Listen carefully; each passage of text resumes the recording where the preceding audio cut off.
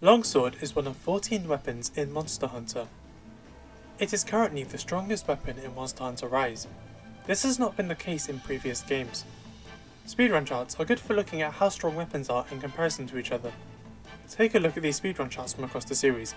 For Ultimate has Longsword all the way down at 10th place, which isn't impressive at all. It was outclassed by other weapons at the time, and 4U Longsword had a pretty deadly nerf. More on that later. Monster Hunter World had Longsword at 4th place, according to this analysis here by YouTuber TCS. The weapon had no bad monster matchups and was fairly versatile. However, looking at several charts in Iceborne, the weapon took a bit of a nosedive, scoring near the lower 10s, a dramatic decrease compared to its wild times. On to Rise, looking at the demo fight against Magnamalo, Longsword utterly dominates. It is important to note that this is pre-release, in a demo, but I'm bringing it up for reasons I will get into later. As of Rise 3.0, the weapon is at the top. It gets beaten out by ranged weapons, but outclasses every single melee weapon in the game, despite having the same moveset as Iceborne Longsword. Let's take a look as to why it's so strong. Firstly, we must look into a basic history of the weapon's moveset, as it will give you an insight into the tools and buffs Longsword has received over the years, and why the weapon outclasses everything else in Rise. I will be covering the basics and as briefly as possible. As of Monster Hunter 3, Longsword's playstyle consists of using basic attacks to fill up a meter known as the Spirit Gauge, using special attacks known as Spirit Attacks which deplete the Spirit Gauge. Spirit Attacks combo into a Spirit Round Slash which raises the gauge level. The gauge has 3 levels, white, yellow and red, which provide damage bonuses. Red is the highest damaging. If you perform a full Spirit combo with no gauge, it will raise it to white, and then it will raise to yellow and then it will raise to red. The Spirit Gauge level can also deplete, and upon doing so, resets to the previous level. You can level it up again by performing another Spirit combo, and performing a Spirit combo while the gauge is already red simply restores it. Hunts with Longsword have you fill up the gauge throughout the fight and maintain it, making sure it's always on red so you're always doing the best damage possible. The weapon can't really block, so you have to be careful with your positioning, and make careful use of the Fade Slash move that lets you attack and reposition simultaneously. Do you remember that deadly nerf I mentioned regarding 4 Ultimates and the Longsword? Once the Spirit Gauge level hits red, it cannot be restored. When any gauge level depletes, whether it be yellow or red, the entire gauge will reset to 0 rather than the previous level, which means you have to work your way back up to red again, which is a pretty major nerf. As a result, your damage is no longer as good as it could be. Previously, a good player could spend the entire fight in red gauge, but you can't do that in 4 anymore because you're constantly being reset to 0. Generations reversed that change. If I talked about all the hunting style differences, I would be here all day, so I'll just mention some key points. There's a hunter art known as the Sakura Slash. You perform 2 round slashes and raise your Spirit Gauge, doing damage along the way. There's another notable art known as Critical Juncture, a powerful counter favoured by speedrunners. It takes a while to charge, but does very impressive damage and usually causes the monster to flinch. It's the first counter Longsword received, and was quite impactful as the weapon previously mostly relied on dodging. One of the hunting styles added in Generations Ultimate was Valor style. It replaces the entire Spirit combo with a new one, and the beginning move of the new Spirit combo is a counter. The counter has very tight timing, but if successful has multiple follow-ups. It's pretty strong.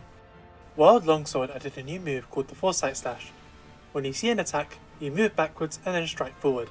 If an attack hits the space you just moved away from, you can perform a Spirit Round Slash, which raises the Spirit Gauge level by 1. This is a counter attack, and changes the way the weapon is played. Now staying in red gauge is easier than ever, provided you know the monster's attack patterns. It also lets you play more aggressively by being able to counter any attack thrown at you and respond back. There are drawbacks to this attack. Using Foresight Slash without countering anything will remove your Spirit Gauge entirely, forcing you to get it back, and you need some Spirit Gauge to perform the move in the first place. World also added a move called the Spirit Helm Breaker. This move has you run towards the monster, leap off them, and bring the blade down. The attack removes the whole Spirit Gauge level, but does massive damage depending on the level you just lost, with red being the highest damaging. This changes the way the weapon is played completely. While Longsword in older games had you play to maintain the red gauge, Wild has introduced his new way of playing, where you gain the red gauge and then purposely get rid of it. Foresight Slash works really well with this move, because it helps you get red gauge quickly, and then you can use the Helm Breaker to get rid of it again. Iceborne added the Special Sheath and all attacks related to it. After an attack, you can sheath your weapon as you enter a stance. You can then do a double slash that causes the spirit gauge to start filling up slowly for a limited time, or unsheath your weapon with a giant slash known as the Iai Spirit Slash that acts as a counter. Perform it perfectly and you do massive damage and raise the spirit gauge level. Miss and you lose a whole spirit gauge level.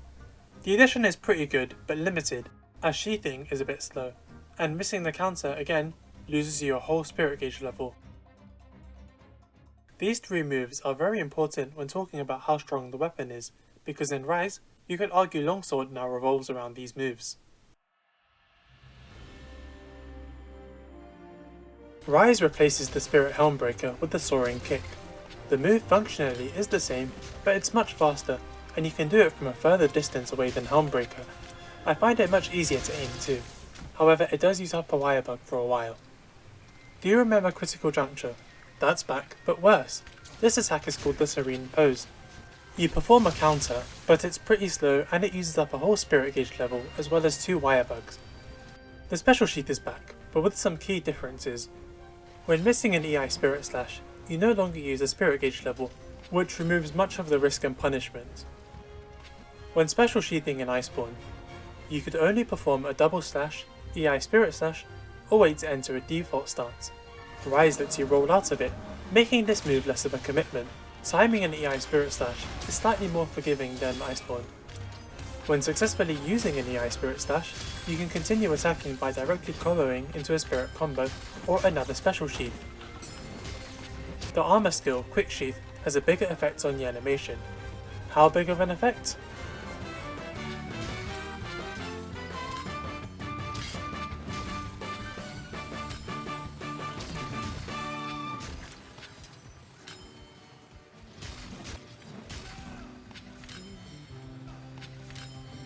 Yeah, pretty much instant. This makes the weapon completely overpowered.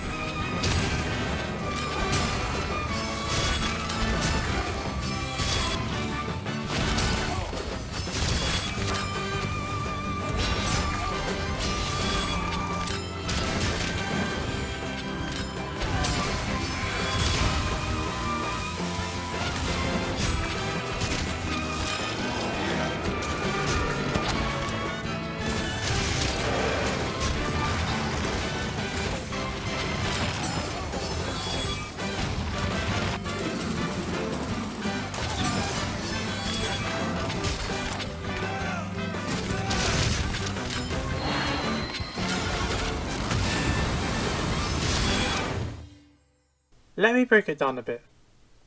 Quick Sheath level 3 lets me enter the special sheath almost instantly after any move, so I can pretty much attack however I want and still be ready to counter the monster. In addition to this, I can special sheath after a Foresight Slash, which allows me to chain multiple counters together. I can even special sheath out of an Iai Spirit Slash. The special sheath isn't as much commitment as it was in Iceborne, so I can even roll out of it and chain other attacks from it. I want you to keep in mind that every successful counter restores the spirit gauge level, so I can Soaring Kick whenever I want to inflict a ton of damage, instantly counter and get it back, and then Soaring Kick again, rinse and repeat. There is a weakness though. Upon successfully Iai Spirit Slashing, you're left completely open and you can't Foresight Slash, so if the monster has a double or a triple attack follow up, you're going to get hit. Except no, you're actually not, because that's where the Serene Pose comes in. The attack is not actually completely useless, as you can use it at any time, making it a decent emergency counter. I would like you all to remember the way Longsword used to function. You would play carefully and skillfully, positioning yourself well and timing your attacks. You could raise the spirit gauge level by knocking the monster down, or by exploiting a major opening, as the commitment you made by performing a full spirit combo was quite lengthy. But compare it to Rise, just a few games later, and that playstyle feels like it's gone. The best ways to raise your gauge are all counter based. Some say this change was made by World, but I would argue Generations Ultimate was the biggest culprit. Sakura Slash provided an easy way of raising the spirit gauge without committing to a spirit combo. Critical Juncture was the first counter, and it was very strong. Hell, Valor Longsword was completely centered around the counter. That being said, they weren't completely overpowered. Sakura Slash and Critical Juncture both needed you to attack to charge them up, and Critical Juncture took a lot of attacking to charge up. Serene Pose is generally nothing compared to it. Valor style was definitely strong, but the timing of the counter was tight, and you had to know when to use it and when to follow up with the rest of the combo. Going into a fight you don't know with Valor Longsword is a great way to die, not to mention that the Valor mode would only last for a limited amount of time. World and Iceborne didn't have any of this, but they introduced 2 new counters that retain the weapon's counter-based playstyle and make it overshadow the rest of the moveset. Rise took a small step further by removing certain drawbacks of the counters and increasing its utility, and the result is a weapon that is based on maximum aggression and it outclasses every other melee weapon in terms of damage. So to summarise, the weapon allows you to play as aggressively as possible, dishing out tons of damage. Any attack the monster throws at you, you can send it back at them, and Soaring Kick's additional range compared to the Helmbreaker lets you use it immediately after an Iai Spirit Slash, regardless of where you are. Another reason as to why Longsword is so strong is related to armour skills. Many weapons require armour skills to truly excel. Bow requires stamina management skills, Gunlance requires artillery, Greatsword needs focus or critical draw, etc. Longsword doesn't really need anything. If you remember the demo speedrun charts, when playing the demo, your character doesn't have a single armour skill equipped, it's just you and your weapon, and yet Longsword still dominates the whole chart, and without having quick sheath. The reason for this is the way Longsword is designed, you don't actually need armour skills to make the weapon good, so when making a set, you can just stack as many damage boosting skills as possible. Compare it to the Charged Blade where you need artillery and guard, and maybe evade extender to make the weapon good, or the Switch Axe where rapid morph is also very important. Longsword simply doesn't require any skill like that. One major thing to note is that Longsword is only the most popular weapon in World and Rise, and in Rise it's the first game where it's the strongest melee weapon. So it's worth mentioning the online community is going to see a lot of people using the best weapon in the game, which would stir up discourse as to how overpowered it is, especially because many weapons on Rise kind of suck, like the lance weapons. So players are going to notice how strong the weapon is more than any other Monster Hunter game with an overpowered weapon. So part of me wonders if the weapon being so strong is as big of a deal as it seems. Longsword is the most used weapon for a number of reasons.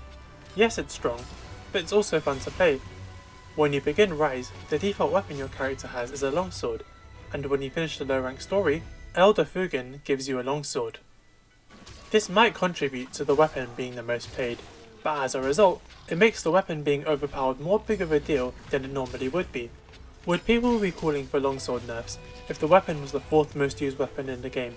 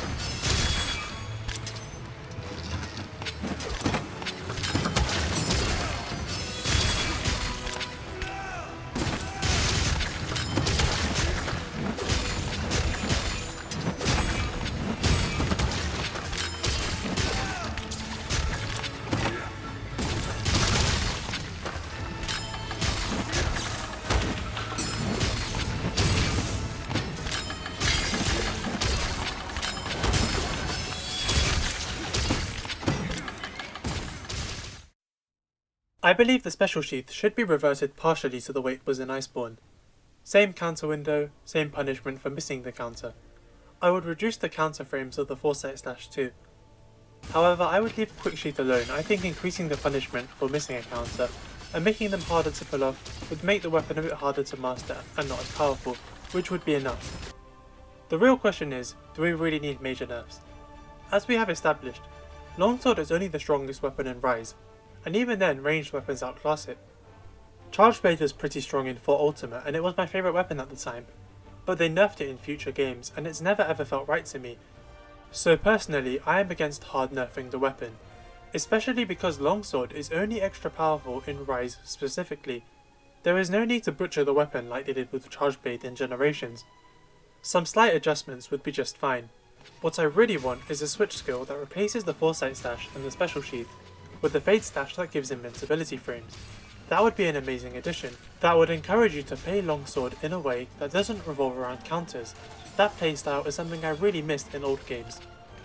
I think another major problem is that not only is Longsword powerful, other weapons are quite weak. Gunlance and Lance are prime examples.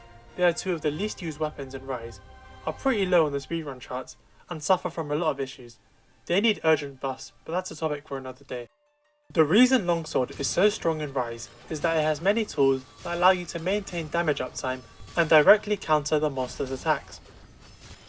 It's capable of dishing out huge amounts of damage with the soaring kick, and if you know the weapon well enough, you can absolutely demolish anything in your path. The weapon doesn't need any armor skills to be viable either, meaning that min-maxers can pour any offensive skill they want into a Longsword set. However, despite this, I think the weapon doesn't need too many nerfs. The issue is that other games in the weapon are simply too weak, such as Gunlance. Addressing the weapon balance issues in Rise would involve bringing down Longsword a peg, yes, but also making those weapons more viable. Take a look at this chart. A vast majority of the player base uses Longsword. Capcom's goal in the future should be to even that chart out. How do they go about it? Again, that's a topic for another day. Thank you for watching this video. It was probably my most ambitious yet. If you enjoyed it, please like and subscribe and check out some of my other videos. Thank you.